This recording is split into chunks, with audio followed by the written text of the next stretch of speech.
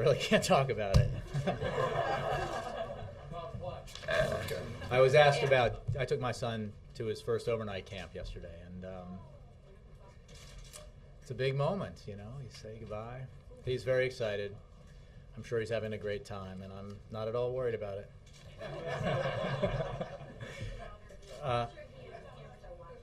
No, you can be sure no TV allowed, I hope. Aside from that, I will, I'm sorry, Connie, what?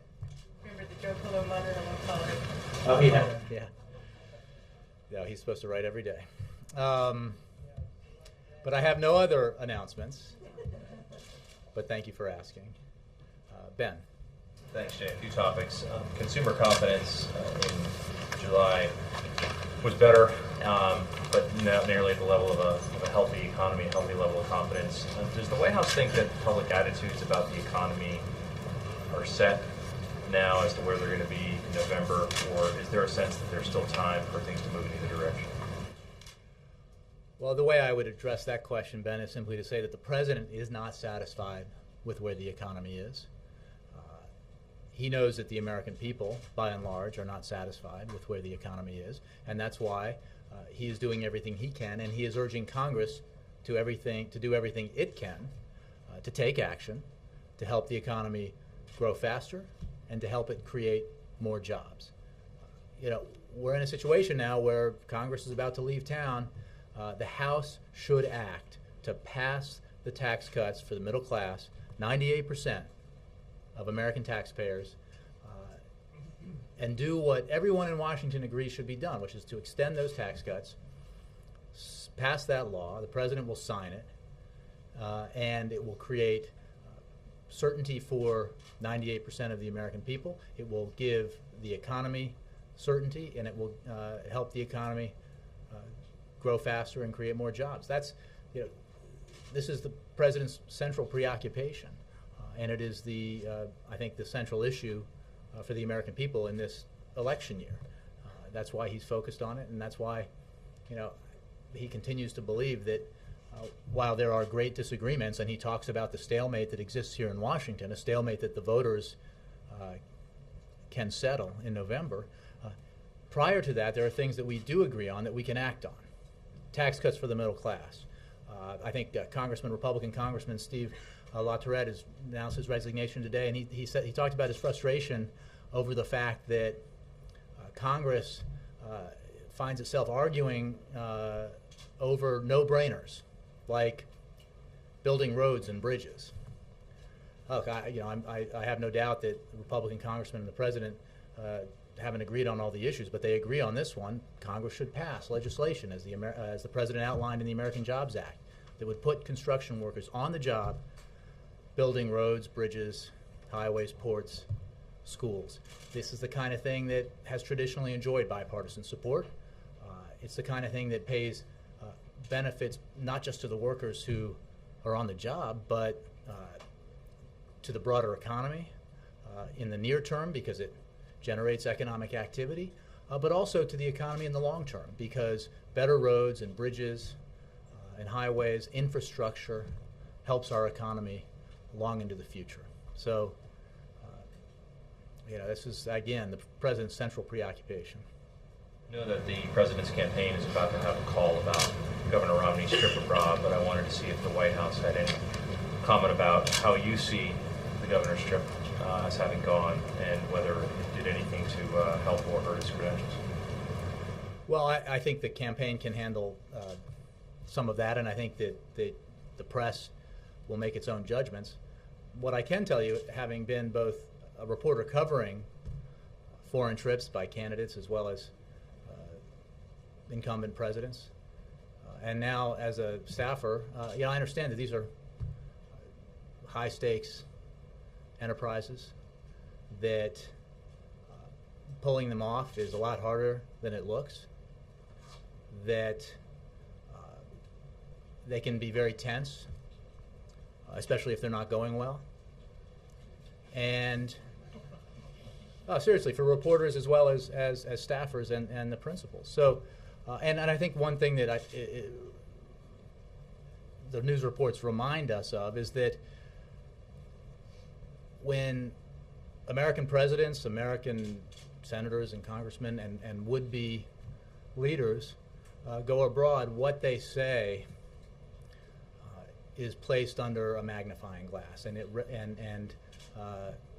it carries great impact. And presidents, senators, congressmen, former governors need to be very mindful of the impact because of the diplomatic implications of what you say overseas. So, without offering a broad assessment, which I'll leave to the campaign, I think that it's a reminder that this is a high stakes situation, that the job of president, even though the focus in this campaign and the focus of this president at this time is on the economy, the job includes, as an enormous part of it, the exercise of national security policy and diplomacy.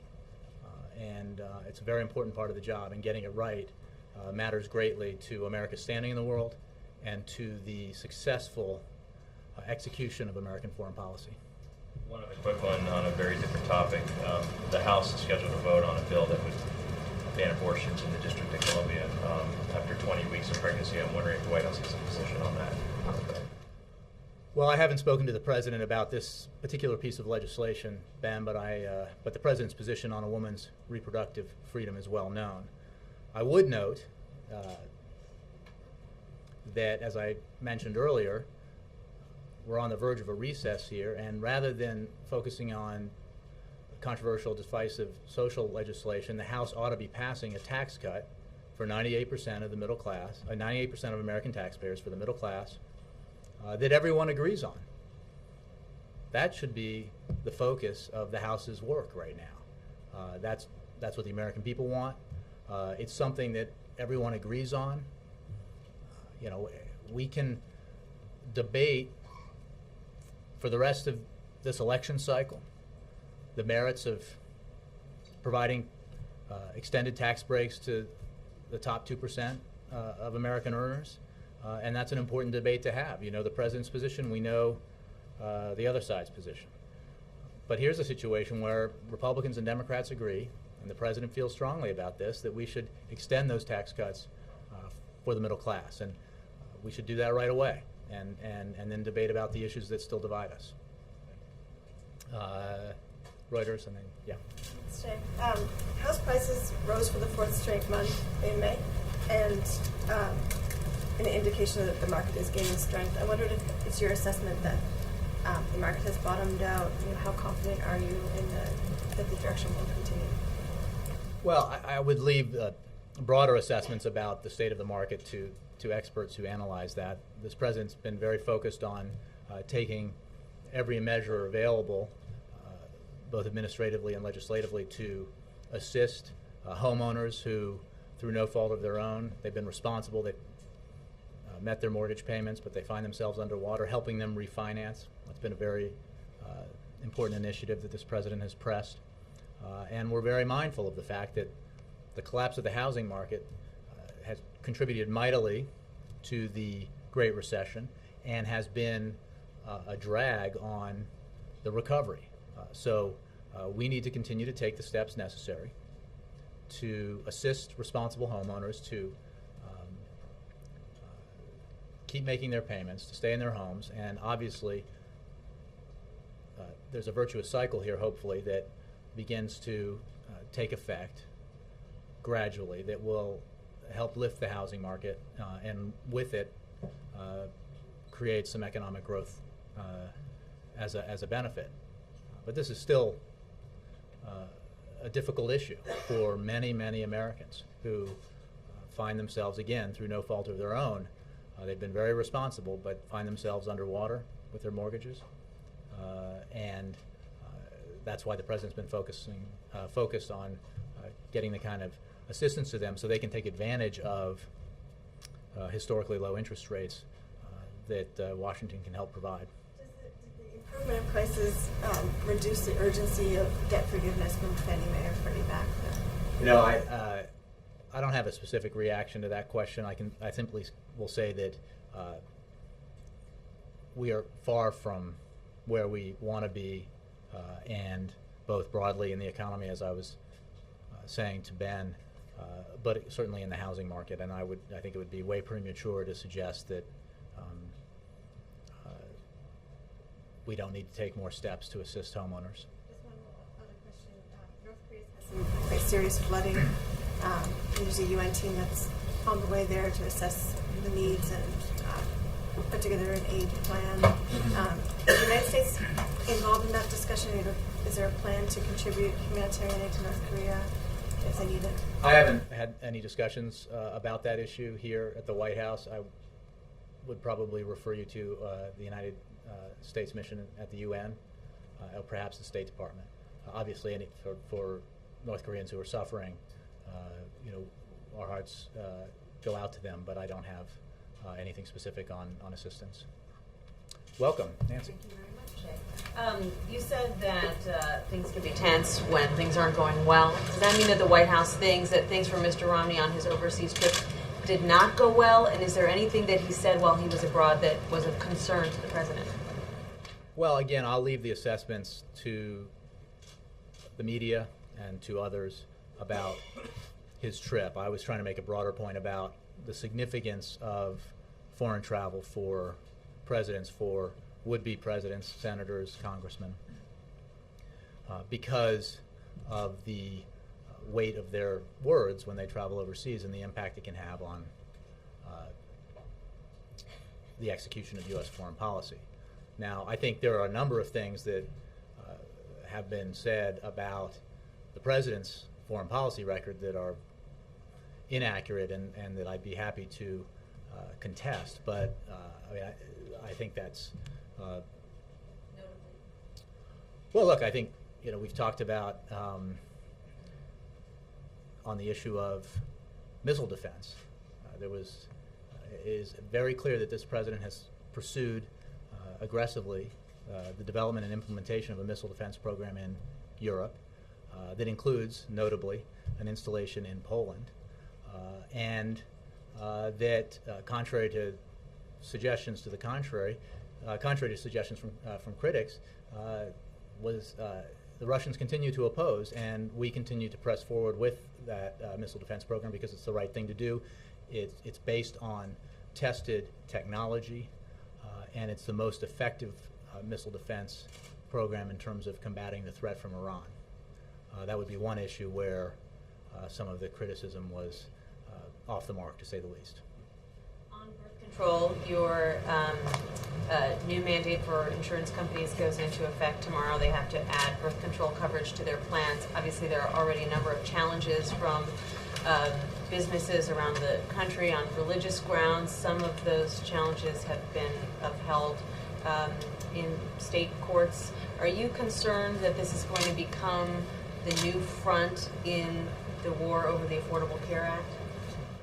Well, I would simply point you to the president's policy and the position that he oversaw that and had developed that ensures that these important preventive services are available to all women, and that also respects religious liberty. As you know, no religious institution, no university has to provide contraceptive services or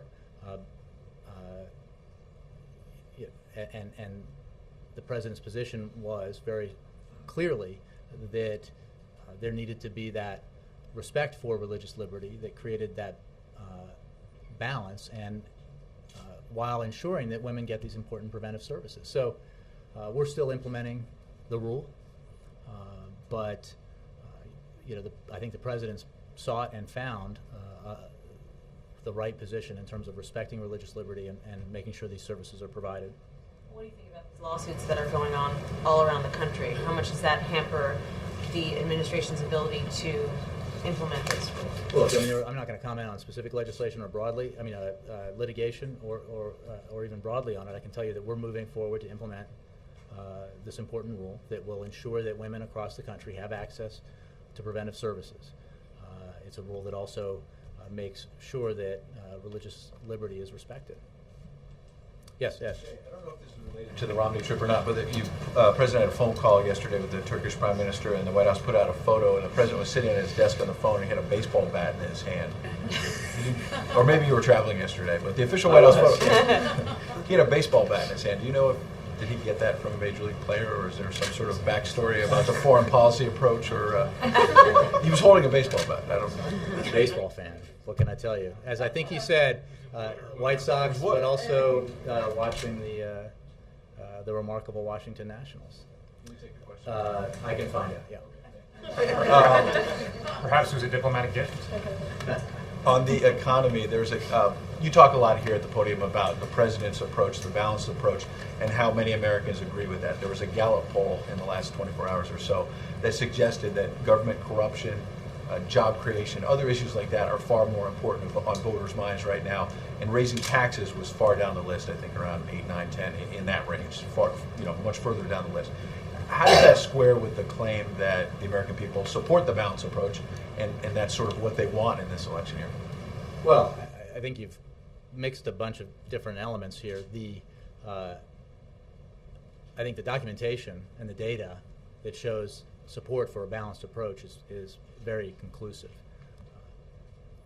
What is also true is that the American people are principally focused on the economy writ large and on job creation and their own economic situation. It doesn't mean that most Americans wake up every morning thinking about how to implement a balanced approach to long-term deficit reduction. It means that they want Washington to work in a way that helps the economy, helps it create jobs, and demonstrates the capacity of its leaders here to get America's fiscal house in order.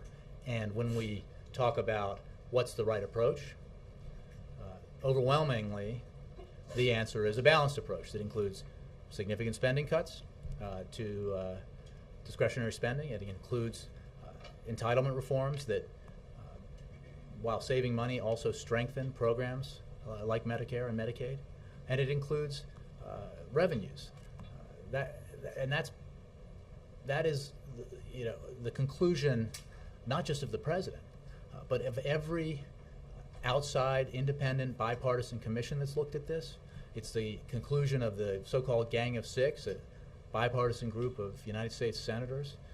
And again, we have so much work that's been done on this that there's not a lot of mystery about what it would take to achieve the amount of deficit reduction that would get control of our fiscal outlook, and in excess of $4 trillion over 10 years. And it's clear that the only way to do that without putting undue burdens on seniors, undue burdens on people who have children with disabilities, undue burdens on the middle class, is to do this in a balanced way.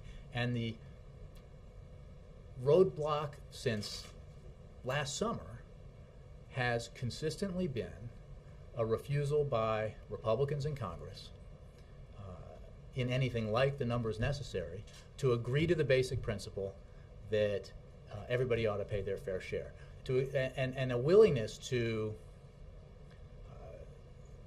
see the United States default, a willingness to see taxes go up on the middle class, a willingness to see defense cuts that are far deeper than anybody here in Washington thinks are responsible, all because of the principal judgment that what needs to be protected is tax relief for millionaires and billionaires.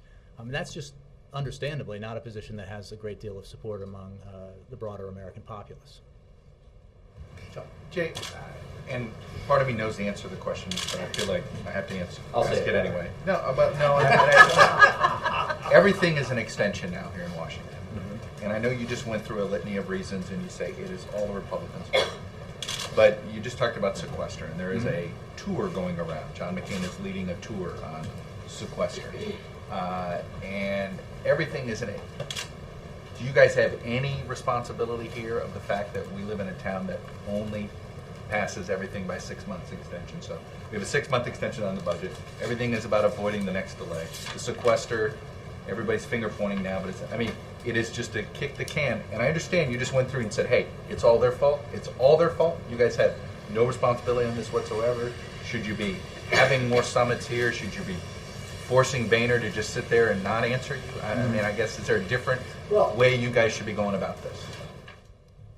It's a fair question about what is the best way to bring about the kind of consensus that has been lacking. And what I think all of us here have learned, and certainly those of us in the White House have learned in the last year and a half, is that getting things through this Congress that enjoy broad public support but which are opposed by a particularly powerful wing of the Republican Party, especially in the House, requires taking it to the people. It requires making the argument out in the country. And I think you know, because you covered it, that we have tried it all ways, both ways, if you will, and that includes lots of negotiations and sitting across the table with leaders in Congress.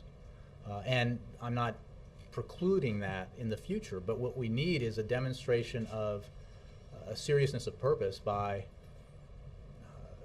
Republicans in Congress, and a willingness to accept the premise that there needs to be balance in this. There needs to be a willingness to ask the wealthiest Americans to pay a little bit more so that the middle class doesn't get stuck with the burden. The So last that 9 months, you guys have had this sort of throw up your hands approach. You know what? No, They're that's- not willing to talk. They're not willing to But negotiate. I think my point is that on a number of issues, including extension of the payroll tax cut, extension of unemployment insurance, including ensuring that student loans didn't double, the rates didn't double for millions of young Americans across the country. The president worked both here in Washington, but worked in raising the profile of these issues across the country, and that had the effect, fortunately, of bringing about a vote in Congress that was the right one, that broke the back, if you will, of what initially was opposition to the president's position, and I think that's what we believe is can bring about consensus here. But let's go back to the fundamental question. Do you guys own any of this? look. The president is president. He's pushed a lot of policies. He has implemented a number of policies, and very significant ones that reversed a course economically that we were on in this country that was cataclysmic, of economic decline that we hadn't seen since the Great Depression, of job loss that we hadn't seen in decades, and took other measures like what was considered a political folly at the time to ensure that the American automobile industry was saved, as well as making sure that we didn't precipitate an even greater crisis by allowing the financial sector to collapse. I mean, these were tough choices, but they were the right choices. And the president is responsible for those decisions, and he stands by them, and he's obviously running on that record. And he What we're facing look, now. he made this is part of the problem that we faced.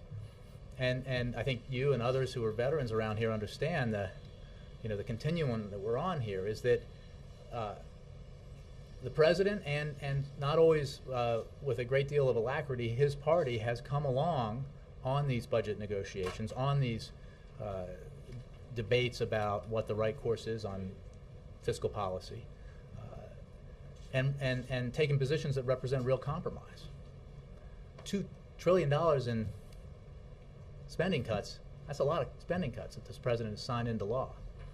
He took positions on entitlement reforms that I'm sure there are members of his party would rather he did not take. But he was willing to do that because he believed that the greater good would be served by a compromise with Republican leaders in the Senate and the House, and the economy would be served by a grand bargain last summer that would have locked in the kind of long-term deficit reduction that would be beneficial for the country. That's the position he continues to take. And I take your point that it's frustrating that despite the overwhelming evidence that that's the right course of action, despite the demonstrated willingness of the president and Democrats to compromise and to come some distance towards Republicans that there is yet to be with in any significant numbers in Congress among Republicans a similar willingness to accept the principle that they're not going to get everything they want, that they might reach a deal that could leave Grover Norquist unhappy. But that is the only deal that's available that would protect the middle class, protect seniors, and ensure that our economy continues to grow. Yeah. Speaking of budget cuts, can you talk a little bit about why the president's going back to the same area of Akron, Ohio tomorrow that he's visited before? And in Mansfield, the local paper is reporting if President Obama has his way, his Air Force One arrival would be one of the final flights into the Mansfield airport because the president wants to do away with the mission for the 800 guardsmen at the Mansfield. I'll have to take the question. I'm not aware of that particular issue. And in terms of why is he going to Ohio, I mean, I think No, to that area of Ohio. Mansfield and Akron, I mean, he was just there on a bus tour. there's not an inch of Ohio that the president does not love to visit. So I mean, it's a great state. My wife's home state. In terms of Mansfield, can we get you to take that question? Sure. I'm not aware of even the policy implications or what issue you're discussing. Is a base, or it is a National Guard operation, or Air National Guard operation? But I'm not sure what this is in reference to, but if it's in reference to defense cuts that are related to the sequester, I think it's worth going back and looking at the vote on the Budget Control Act. And all the Republicans, including those who are running around leading efforts to undo that vote, who voted for it. Because they said, the president didn't say, let's have a sequester. He pushed a deal, a balanced approach to deficit reduction that would have resulted in all the positive benefits that I just talked about with Chuck. The Budget Control Act was the result of a failure by Congress to agree to a balanced approach to deficit reduction. And it was the result of Republicans willing to play chicken with the full faith and credit of the United States, willing to risk default. Some of them even seem to anticipate with glee the prospect of default. And the president could not let that happen to the economy, to the American people, and thus we got the Budget Control Act, which in something that was designed by or with leaders in Congress, a sequester was written into law that included cuts that nobody wants. Not the president, not Democrats, not Republicans. And the whole point of it was to create a forcing mechanism so that Congress would do its job. Congress still needs to do its job. Andre. Thank you, Jay.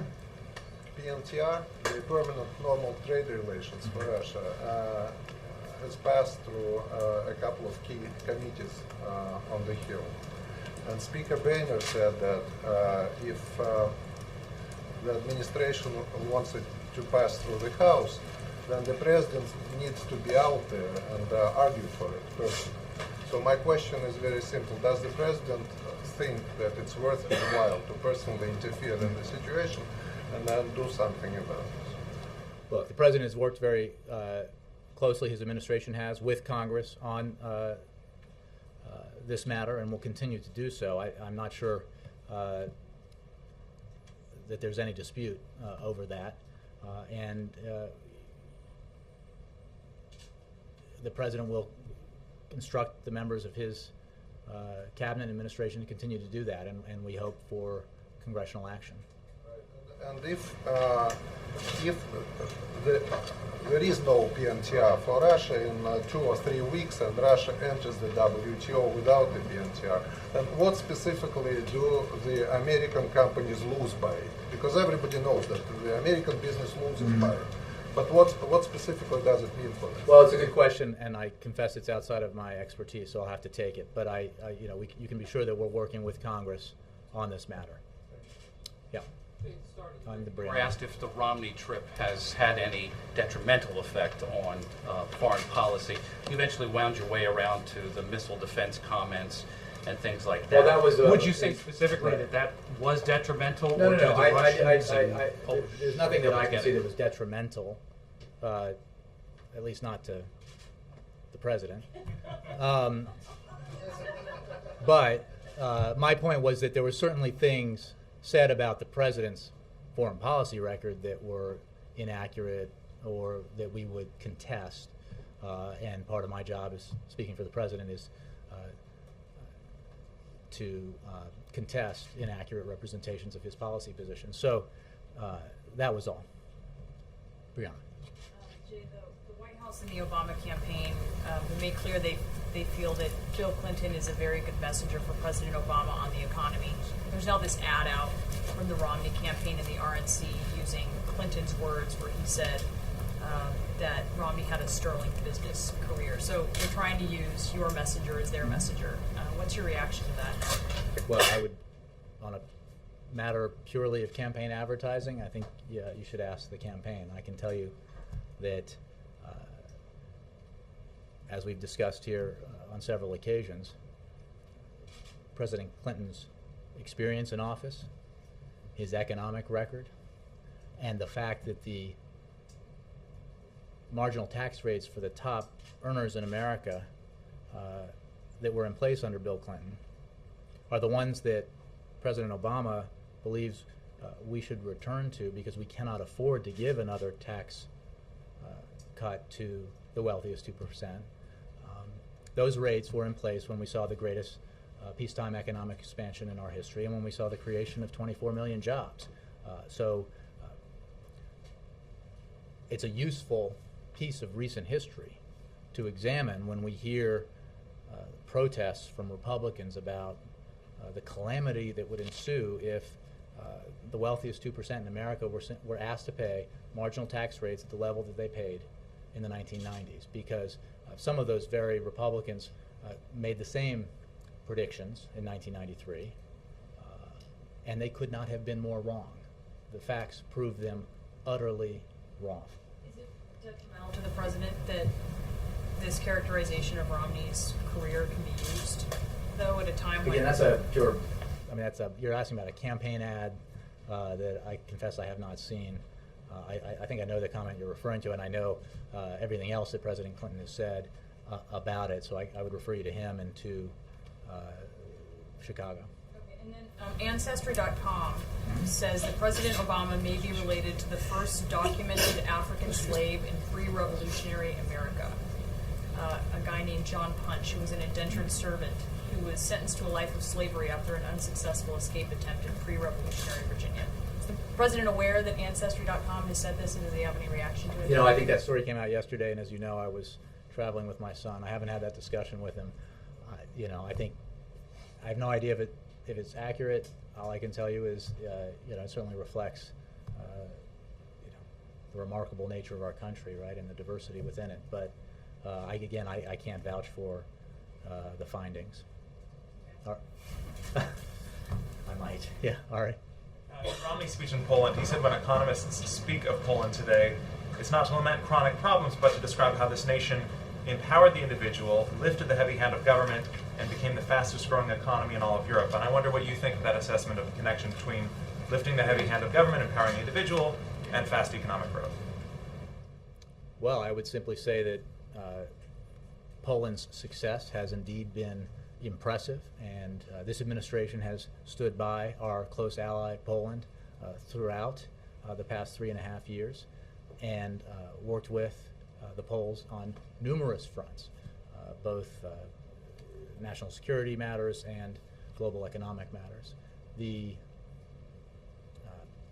I'm not sure what your question is in terms of the broader themes, but well, the suggestion being that regulation impedes economic growth, the opposite, empowering the individual, promotes economic growth, and that Poland is an example of the kinds of economic proposals that Romney would put in place if he were president.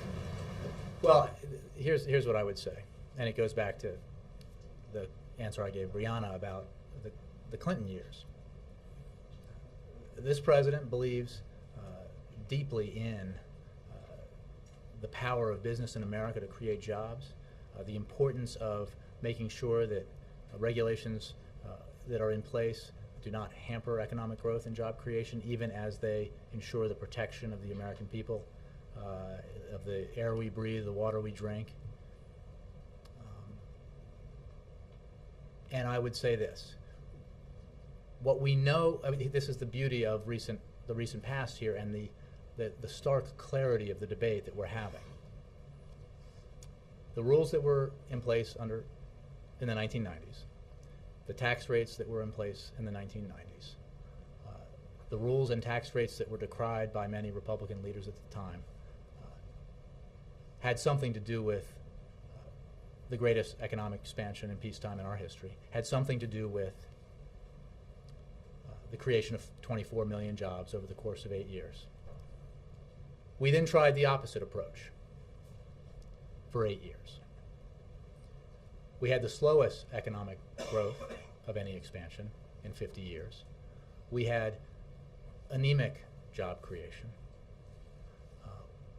We had a situation that, and if that weren't bad enough, then we had the worst economic collapse since the Great Depression. Everything that I have heard from in this debate from the other side has been a call to return to the policies that we know from recent unhappy experience led to a very bad economic situation in this country, particularly bad for the middle class. Everything we know about some of the policies that are opposed by the Republicans is that they were in place in the 1990s when we saw significant economic growth and significant job creation and a level of expansion for the middle class and expansion of middle class incomes that we would very much like to see again, and that this president is focused on every day. So I think that's the debate we're having. I think that's the debate that hangs over the kind of policy discussions that Chuck and I were talking about. And it is useful to have these two recent examples to compare. There's a record out there that exists, and it includes the last 3.5 years. Again, when this president took office, when he was sworn into office in January of 2009, the economy was in free fall. Hemorrhaging jobs, 750,000 to 800,000 a month. Economic decline at nearly 9% in the fourth quarter of 2008. That's the situation that we faced in 2009. And using a new metric put forward by a leading Republican, if we measure this president's performance after the first 6 months in office and his policies began to take effect, we think it shows sustained economic growth, sustained job creation. Nowhere near where we need to be, but certainly a far better circumstance than the one we found ourselves in. Jared. Jay, now that it looks like the DNC will be adopting national gay marriage as part of their platform, will the embrace of that platform be a further evolution for the president on the issue of marriage equality? I think you heard the president discuss his position and his personal view that it's wrong to prevent couples who are in loving, committed relationships and want to marry from doing so. With regards to the DNC platform, I think that issue is still being worked out, and I would refer you to the DNC. But when the president did discuss that issue, his focus was still on states dealing with it, and this would be something from a national perspective. Would the president, based on what he said in those interviews and at that time, would he embrace a national campaign to promote marriage equality? Well, you're conflating a bunch of things about a discussion at the DNC about a party platform to a national campaign, and I would simply refer you to what the president has said and what his personal views are, and then to the DNC for what I understand is a process that is still developing as regards their platform. Sure. Now that we have, I broke the news yesterday on how the Health Committee on Sunday decided to include that marriage equality plank in the platform. I'm just wondering if now that at least that portion has been established, if there are several Democrats down ticket who do not hold the view that they support same-sex marriage, including John Tester in Montana, Tim Kaine in Virginia, and Claire McCaskill in Missouri. Does the administration believe that adoption of that language in the platform should prompt these Democrats to reconsider their position as they pursue office? I would refer you to the DNC, Chris. It's, again, as I just said, an issue that's being developed in the usual fashion as they work on a platform, and I would send you there for that question. Yes, Olivia. Jay, there's a new debate, or a renewed debate on Capitol Hill about the targeted killings policy. I'm wondering whether, as a matter of principle, you think that the courts, the Congress, or the American people need to bless or endorse this policy, or what role they have in judging the policy and letting it go forward? There are aspects of that question that make it difficult for me to respond. I can tell you that the president takes the national security of this country very seriously, and the fight against Al-Qaeda very seriously, and he pursues policies that that he believes are the right ones to protect the American people, to protect our interests and Americans abroad. But I can't, I think broadly speaking, in terms of some of these issues, you've heard John Brennan and others discuss them, but without a more specific question, I can't really address that from here. What's your reaction then to the legislative proposals floating around on the Hill? I haven't seen them, so I'd have to have something more specific. How does the president stand on polygamy? Kristen? How does he stand on polygamy? Could you answer that question? Kristen? You want to dodge that issue. Jay, last week Okay. I asked you if the president supported the amendment to the cybersecurity legislation that's being supported by Senator Schumer and other Democrats that would limit the purchase of high-capacity gun magazines. Have you had a chance to talk to the president about this and whether or not he supports it? Last week you didn't know. No, I haven't spoken to him about it. I believe that, but I do know and have talked to him generally about his approach to this, which is that he believes we ought to take action on common sense measures that protect the Second Amendment rights of the American people while making it harder for criminals and others who should not have weapons under existing law, harder for them to obtain them. And I think that any legislation that might emerge from Congress would be viewed with those principles in mind. Thank you, Jay. Given the fact that the president spoke at the Urban League about the importance of having a dialogue about cracking down on gun violence, has he moved any closer to deciding whether to hold any sort of gun policy event to open a dialogue about this any further? Well, I have no announcements to make in terms of his schedule or speaking plans, but I would point you to the fact that he gave that address and to the fact that he spoke about the issue of violence at a higher level, that this is not just an issue of specific horrific incidents like the one that took place in Aurora, but the fact that we have levels of violence that are too high in